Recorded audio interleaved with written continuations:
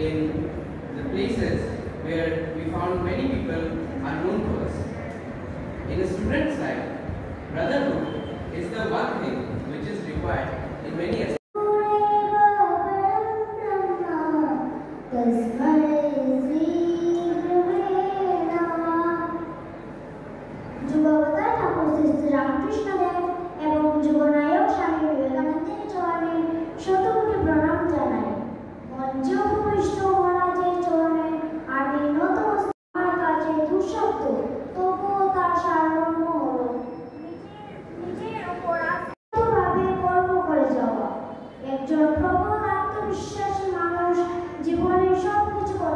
There should be always in every person. Without courage, no person can go ahead in his life. Courage is the necessary attributes that require human thinking and is trying to do this, but in artificial. সত্য ও ভক্তির প্রতিমূর্তি। তিনি মা কালীর আরাধনা করতে করতে বুঝিয়েছিলেন যত মত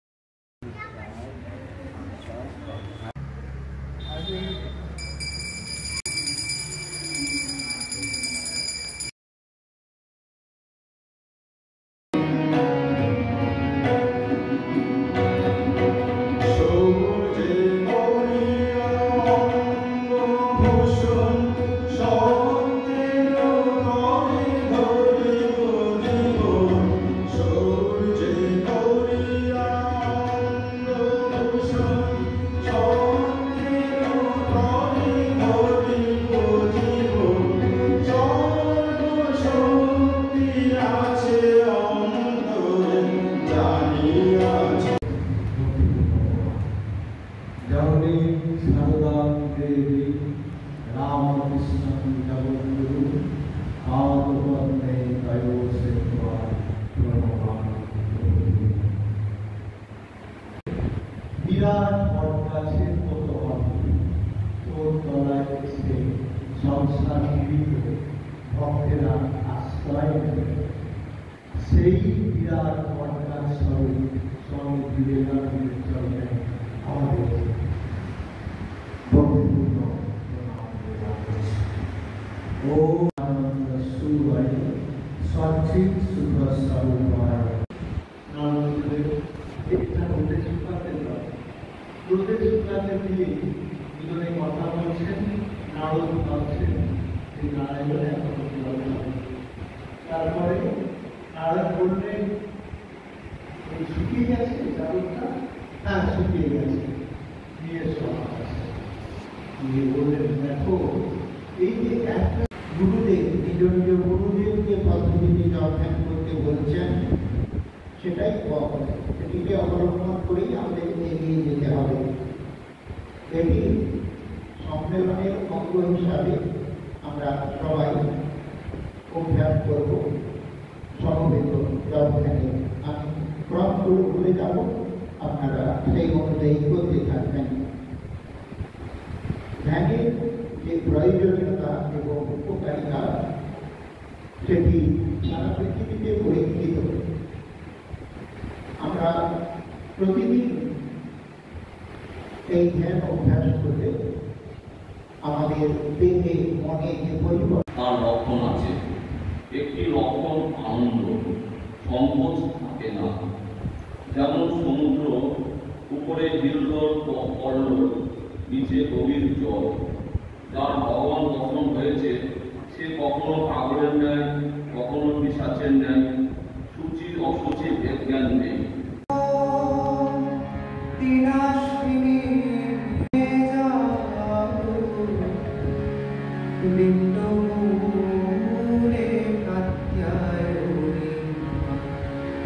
জাগো জাগো যোগেশ্বরী, জাগো জাগো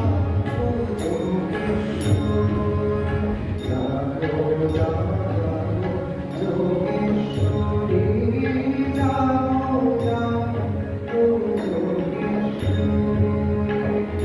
জাগো জাগো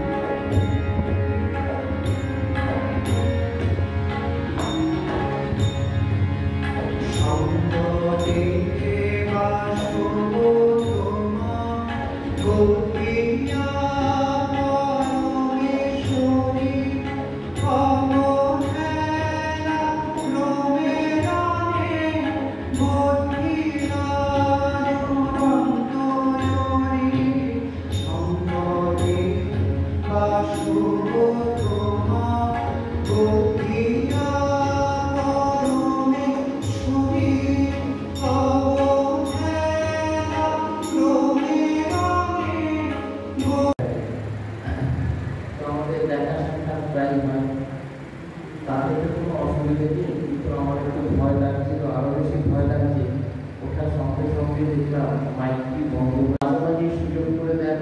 বিশেষ করে এই মন্দির প্রতিষ্ঠার সময়তে যতবার আসার এবং থাকার এবং সাধারণ কিছু আপনাদের সবার সাথে একদম কাজ করার সুযোগ হয়েছে, সেই জন্য মহাদেবের কাছে আমি চিরকৃতজ্ঞ থাকবো।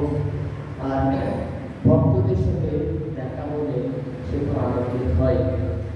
আজকে যে ঘটনা মহারাজ বলছেন, পূজনীয় প্রতিষ্ঠান মহারাজ বলছেন, আমি একবার ট্রেনে করে এক জায়গায় যাচ্ছি, তো আমাকে সামনে থেকে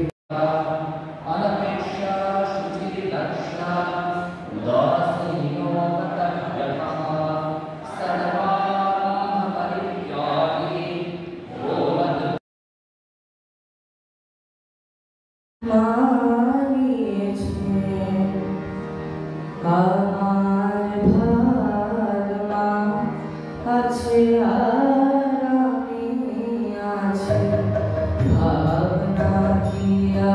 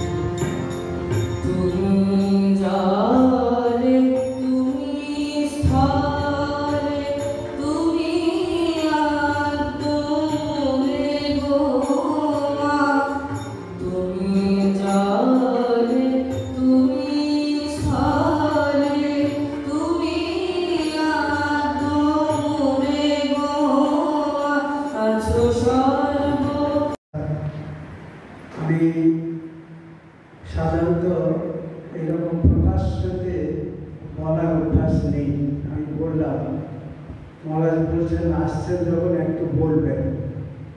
তখন আমি বললাম তাহলে একটু ভূতিসানন্দজি মহারাজের জীবন এবং ঘটনাবলী, জীবনের ঘটনাবলী দু একটা বলতে পারি। তাতেই মহারাজ রাজি হয়ে আমাকে এই সুযোগটা দিয়েছেন। এর জন্য বড় মহারাজকে আমার বিশেষ ধন্যবাদ। এবং দেখালেন তুমি কাকে নিবে। তখন মা, গর্ভধারিণী মা মহারাজকে দেখেই বললেন একেই আমি নিব। কিন্তু পরবর্তীকালে মহারাজ বলছেন, মহারাজ মানে আমি যখন মহারাজ বলবো তখন ভূতিসানন্দজি মহারাজ। মা বলছেন মায়ের কিরকম পছন্দ দেখো, একজন কালো পেটে মানুষকে মা পছন্দ করলেন। মায়ের প্রতি ওনার খুবই একটা টান ছিল, ভালোবাসা ছিল, বাচ্চাদের থাকে।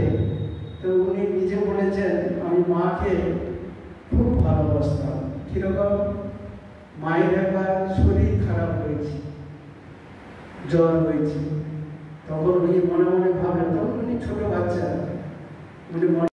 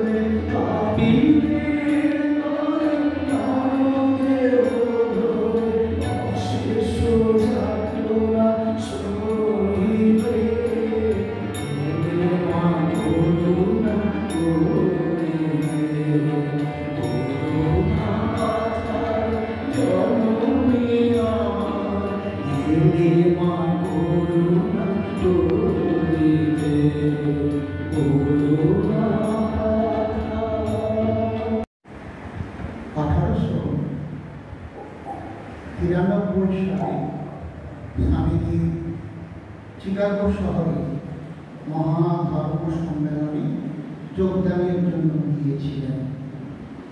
তিনি বেদান্ত ধর্মের প্রবক্তা আচার্য রূপে পরিগণিত হয়েছিলেন সারা বিশ্বে। 1895 সালে বক্তৃতা দিতে দিতে তিনি ক্লান্ত হয়ে পড়েন।